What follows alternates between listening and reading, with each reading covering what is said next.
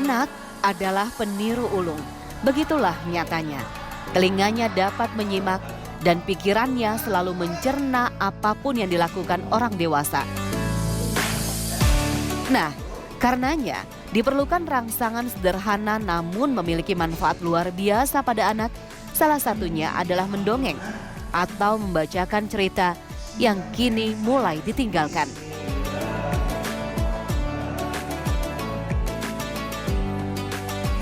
Kak Ari, begitulah anak-anak menyapanya saat dirinya berkisah. Iya, dirinya yang tergabung dalam PPMI atau Persaudaraan Pencerita Muslim Indonesia melabelkan dirinya sebagai pencerita atau pengkisah, bukan pendongeng yang selama ini dikenal masyarakat. Bangsa kita identik dengan dongeng, ya, identik dengan dongeng. Bahkan dongeng ini bisa jadi telaah para ahli itu menjadikan cermin bangsa. Kita mendengar bahkan dalam beberapa banyak pelatihan saya sangat sulit menemukan peserta yang tidak pernah mendengar dongeng Kancil Nyolong Timun. Ya. Maka kita melihat ngakal-ngakali itu kayaknya nggak jauh-jauh tuh ya, nggak jauh-jauh. Lalu mohon maaf diajarkan sudah sejak dini ngintip mandi, ya ada dongeng yang seperti itu. Ya putri-putri seperti itu. Jadi lalu bahkan saya sering menyampaikan ini tokoh siapa namanya, saya tirukan suaranya. Hampir semua tahu itu suara siapa. Kuntilanak, mak lampir, semua sudah tahu. Tapi begitu nanti ditanya soal nabi, soal rasul, tetot pada dia. PPMI atau Persaudaraan Pencerita Muslim Indonesia diketuai oleh Kak Untat. Asosiasi ini diinisiasi oleh para pendidik pengajian anak-anak di tahun 80-an.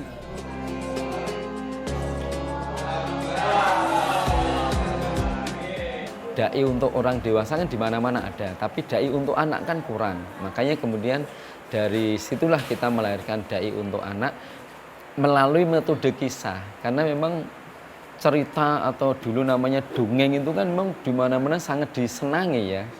Itu mungkin bagian dari fitrah juga ya. Jadi akhirnya kita mengembangkan metode kisah inilah yang kemudian kita kembangkan, baru kemudian terkumpullah para dai-dai tadi dengan namanya PPMI itu, Persaudaraan Pencerita Muslim Indonesia. PPMI saat ini telah tersebar di seluruh Indonesia.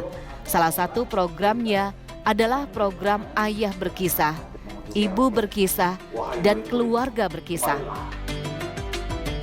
Berkisah dianggap berhasil menjadikan peradaban terukur dibanding mendongeng. Tidak hanya di kalangan anak-anak, tapi juga efektif di kalangan SMA hingga perguruan tinggi. Maka ternyata kalau kita baca tujuan kisah itu adalah meneguhkan hati, menjadi sebuah pengajaran dari yang belum tahu jadi tahu, pembenaran, tadi itu muara dari akhlak. Saat menceritakan, kita kan nggak tahu nih, dulu iblis kayak apa, di depan Nabi Adam seperti apa, tapi kita tahu karakter iblis, jelek, buruk, jelek, jahat, maka kita kembangkan sebagai seorang pendidik, sebagai seorang ayah, bunda, seperti itu, kita kembangkan. Kita capture, kita screenshot, gimana mimik anak-anak tuh ngejek, ya. Aku dari api, sedang Adam dari tanah, kayak gitu kan, gitu.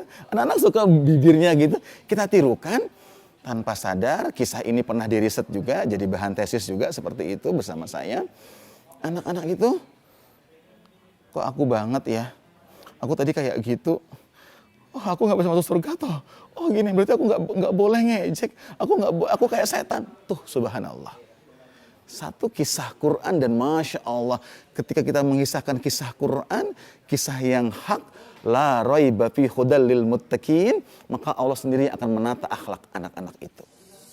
Imam Syafi'i bersegera menuju orang tua tadi. Itu dipegang tongkatnya, didekat, lalu didampingi. Beginilah aksi Kak Ari saat berkisah. Begitu ekspresif, kisah-kisah Islami berupa kisah para nabi atau kisah tauladan lainnya bergulir dengan lancar. Sangat menghibur, gayanya tidak membosankan dan menggurui. Tidak heran jika anak-anak yang mendengarkannya begitu fokus pada kisah yang disampaikannya. Kamu sering nggak mendengarkan Kak Ari berkisah? Sering. Perasaannya gimana? Seru, menarik, suka, lucu. Terus kalau yang diceritakan biasanya kisah tentang apa sih? Nabi Adam. Kalau enggak Nabi Musa. Kak Ari meyakini kisah adalah cara Allah mentarbiah manusia.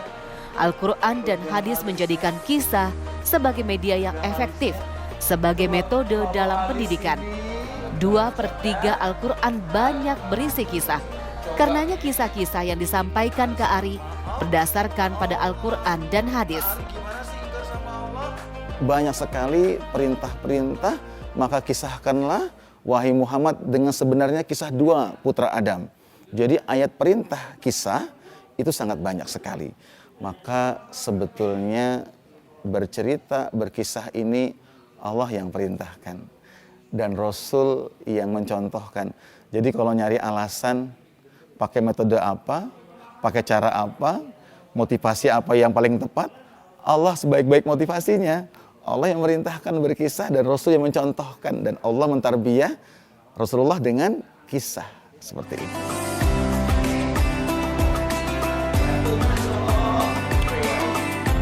Kak Ari berpesan kepada setiap orang tua dan pendidik untuk menjadikan kisah sebagai bagian pengasuhan dan pembelajaran. Karena anak-anak butuh model yang nyata dan benar, yang pantas diteladani kehidupannya, bukan hanya dongengan dan hayalan. Karena dalam berkisah ada keberkahan. Mohon maaf, yang kami temukan ternyata adalah alasan-alasan saja.